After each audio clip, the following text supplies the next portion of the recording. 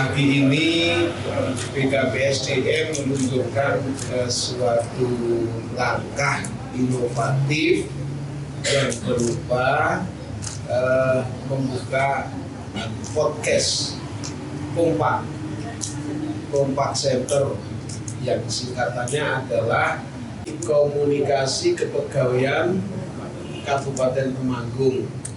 Ini ditujukan untuk membahas masalah-masalah kepegawaian, menjadi kanal komunikasi dan informasi bagi seluruh pegawai yang berjumlah 6.000 orang itu untuk saling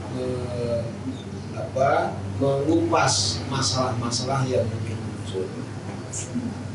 Yang masalah kepegawaian itu memang banyak sekali, terdiri dari masalah yang bersifat personal dan masalah yang bersifat sistem atau keorganisasian atau regulasi-regulasi yang berpengaruh pada setiap.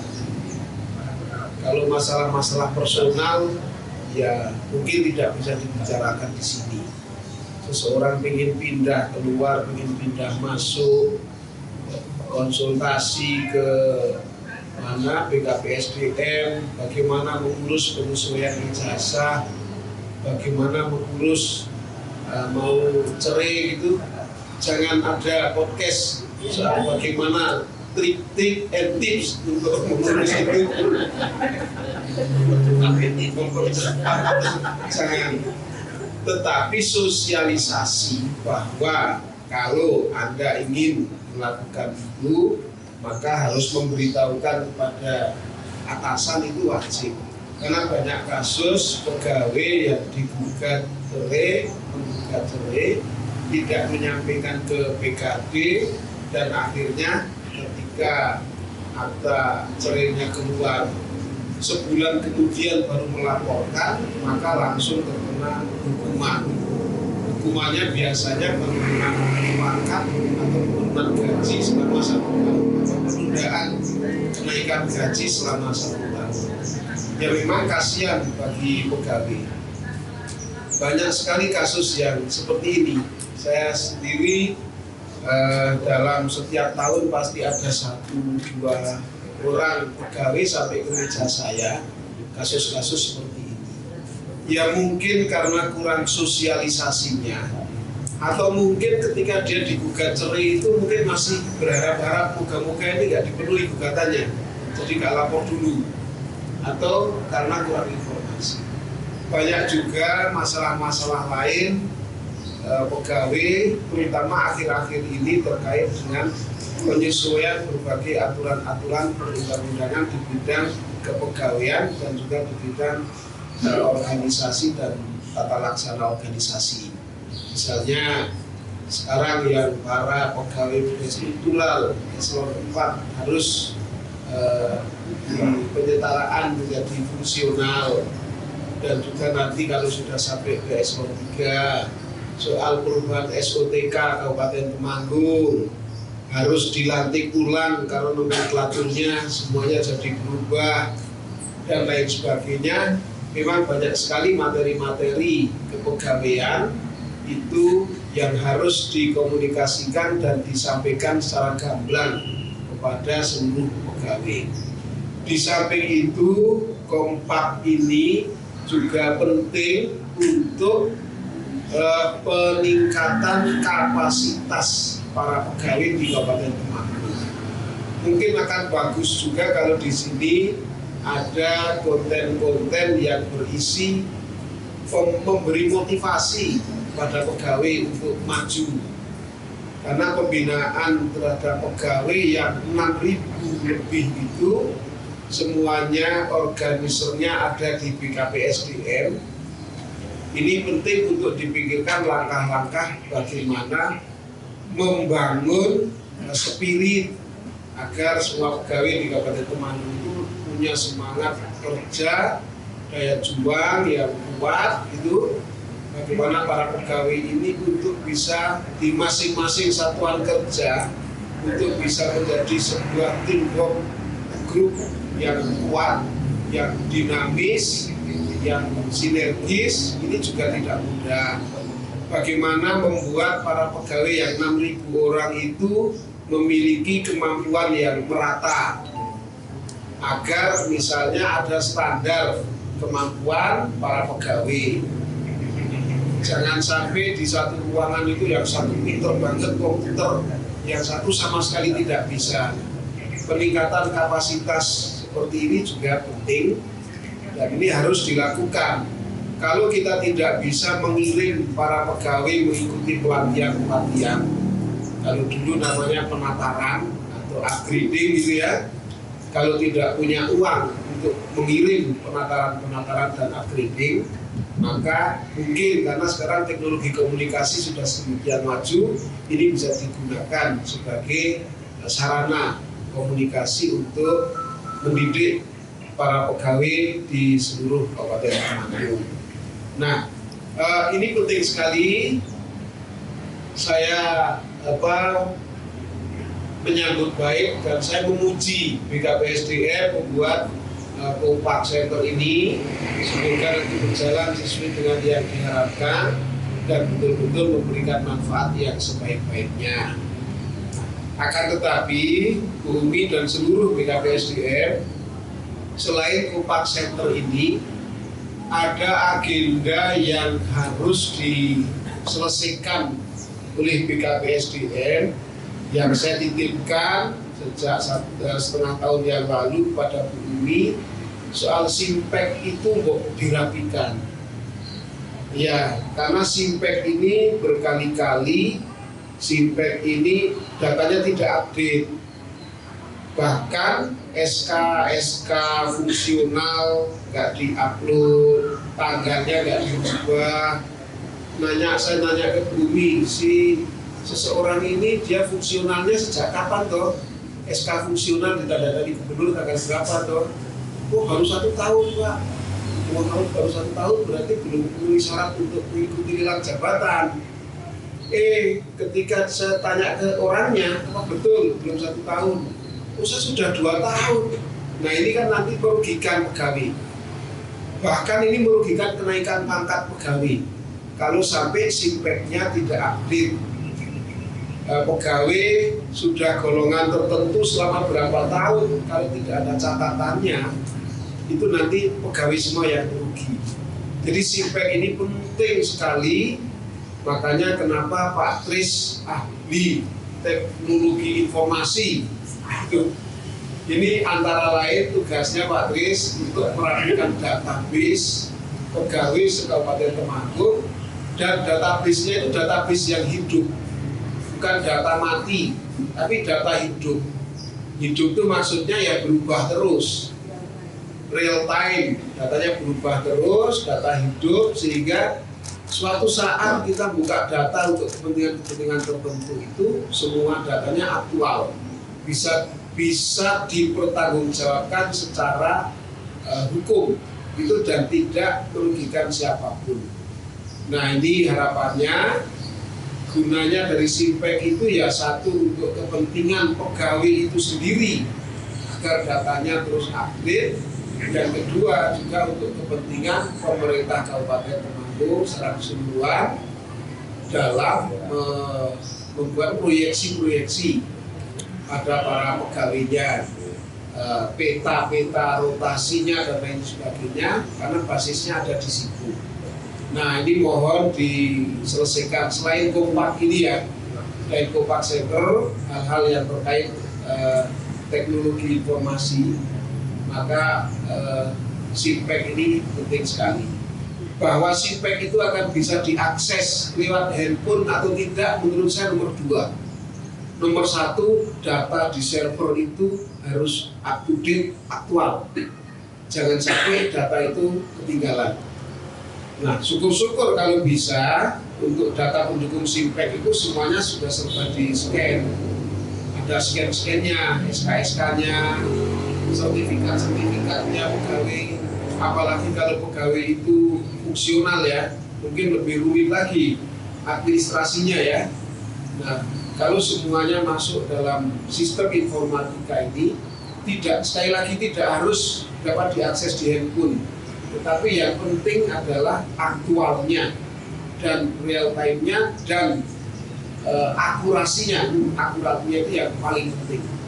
Karena kalaupun bisa diakses di handphone, kalau datanya tidak akurat kan menyesatkan yang bersangkutan, menyesatkan pengambil keputusan. Nah itu. Nah selain itu Bapak Ibu sekalian BKPSDM,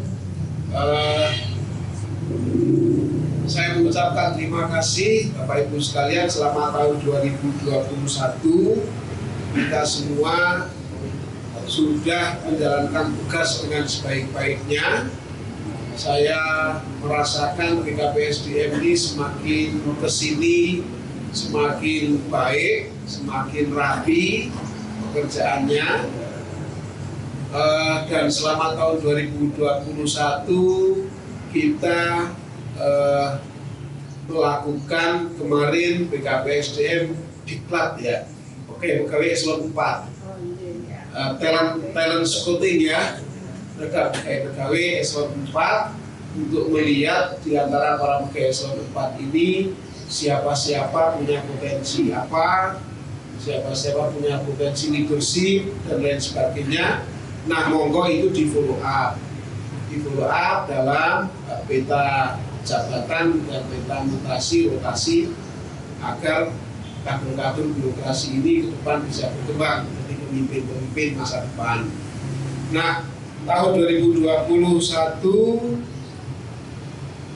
selain talent scouting juga terjadi mutasi beberapa kali di beberapa dinas. Yang terakhir dinas pendidikan, mutasi para guru, para kepala sekolah, dan nampaknya berlangsung dengan sangat mulus, sangat baik. Tanggapannya pun saya dengar dari kanan kiri juga tanggapannya baik.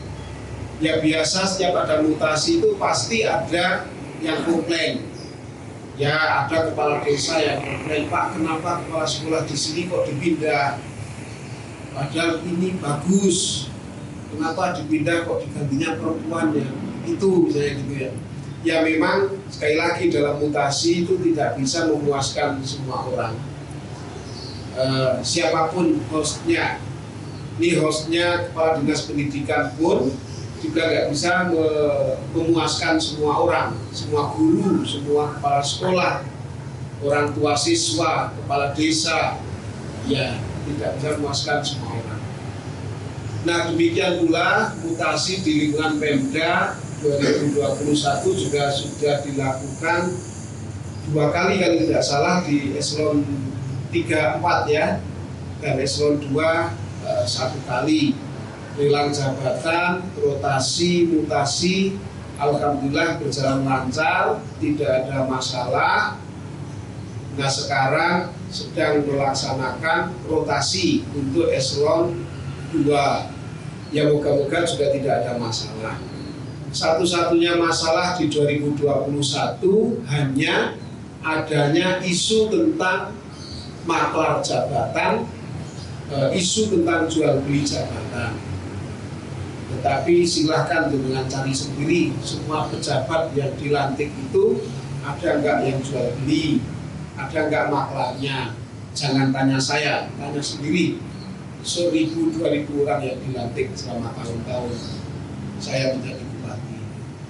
Jadi lebih besar isunya daripada kenyataannya. Kadang saya juga heran, kok ada isu jual beli jabatan, padahal pelantikan itu biasanya 1 menit sebelum dibaca oleh MC aja belum ada orang tahu siapa dilantik di mana, siapa dilantik di mana. Bagaimana mungkin ada deal-dealan, saya deal-dealan dengan Bu Umi saya nggak tahu dilantik atau tidak, itu kan ya. Nah, makanya silakan. Nah, jangan mengendorkan semangat.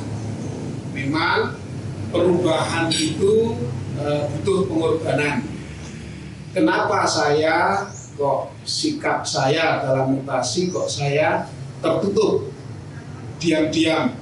Maksudnya tertutup itu ya tadi sesaat sebelum dibacakan saja belum ada orang tahu kenapa tertutup. Dengan tertutup itu bisa lebih berkonsentrasi, tidak terpengaruh kiri kanan. Karena kalau terbuka jadi kayak pasar burung, jadi pasar manuk ini pating cerewet kiwa tengah ya. Bapak kan itu saya jangan dipindah sini Pak. Kok saya dengarnya mau dipindah sini, kok saya dipindah sana saja. Nek pating cerewet kabeh ora iso ngambil keputusan yang sesuai dengan kepentingan organisasi. Bagi saya mementingkan kepentingan organisasi pemerintah daerah. Sehingga saya mengambil keputusan itu ya berdasar persepsi saya tentang kepentingan organisasi dan berdasar persepsi saya tentang seseorang ini pas atau tidak.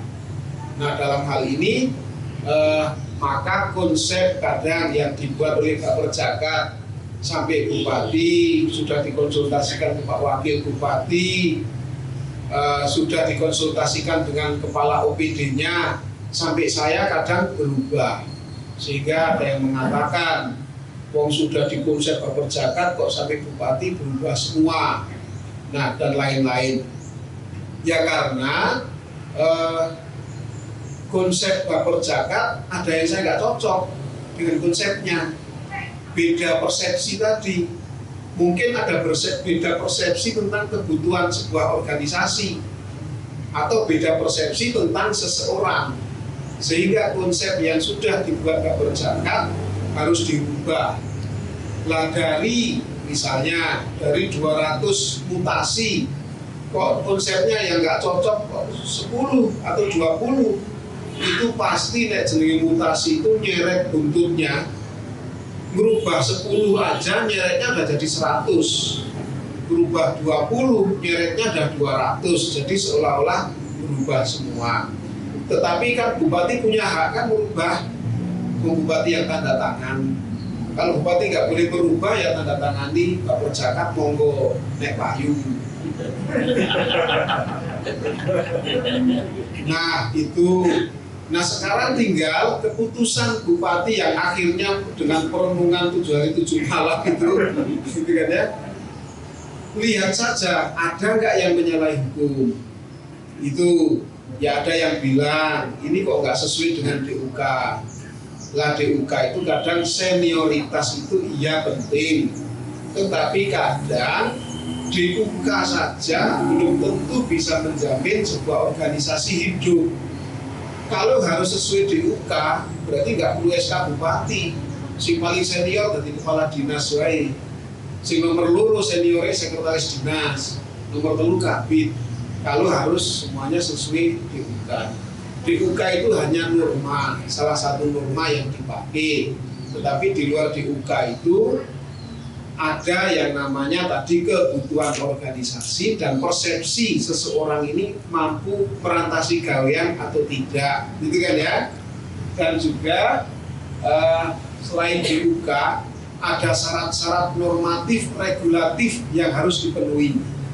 Nah kalau itu saya rasa sampai sekarang sejak saya jadi bupati nampaknya belum pernah ada mutasi rotasi yang menyalahi aspek normatif regulatif. Belum misalnya belum cukup pangkatnya sudah diangkat, atau misalnya syarat-syarat yang lain nggak punya kok diangkat, ya rasanya belum ada. Yang ada adalah ini orang masih junior kok sudah diangkat, kok nyalip senior. Memang ada kalau itu, tetapi inilah organisasi. Saya ingin ada kompetisi, jangan hanya mengandalkan DUK, jangan hanya mengandalkan senioritas. Saya ingin di antara pegawai ada kompetisi, karena kalau ada kompetisi pasti akan ada inovasi, pasti akan maju. Semakin kompetitif dalam berprestasi kerja, harapannya akan semakin maju. Nah itulah yang terjadi Bapak Ibu sekalian. Jadi tujuannya seperti itu, alasannya seperti itu, kemudian jadinya ya seperti sekarang ini. Menurut saya pribadi, ini nggak tahu menurut jenengan ya. menurut saya pribadi, ketika saya masuk dilantik Bupati tahun 2018 September sampai sekarang, saya melihat secara pribadi, saya melihat dan merasakan geliat pemerintahan kabupaten ini sudah jauh lebih maju. Para pegawainya sudah jauh lebih dinamis, jauh lebih maju, jauh lebih bertanggung jawab, jauh lebih merantasi gawean. Maksud saya, setiap satker satuan kerja ini harus menuntaskan pekerjaannya dengan penuh tanggung jawab yang merantasi di Jawa Negeri, sehingga naik ke atas itu sudah minim masalah, sudah semakin tidak ada masalah. Nah, saya melihat perkembangannya ini semakin baik, semakin kompetitif para pegawai ini. Harapannya kalau semakin baik, semakin kompetitif, semakin berprestasi, kapabilitasnya semakin meningkat, maka kapasitas pemerintah di mata masyarakat harapannya semakin meningkat pula. Nah, itulah Bapak Ibu sekalian,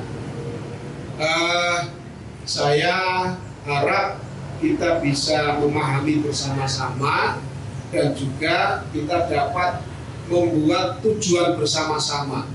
Tujuannya yaitu memajukan pemerintahan ini. Kalau pemerintah maju, maka pelayanan kepada masyarakat bisa menjadi lebih baik. Itu tujuannya.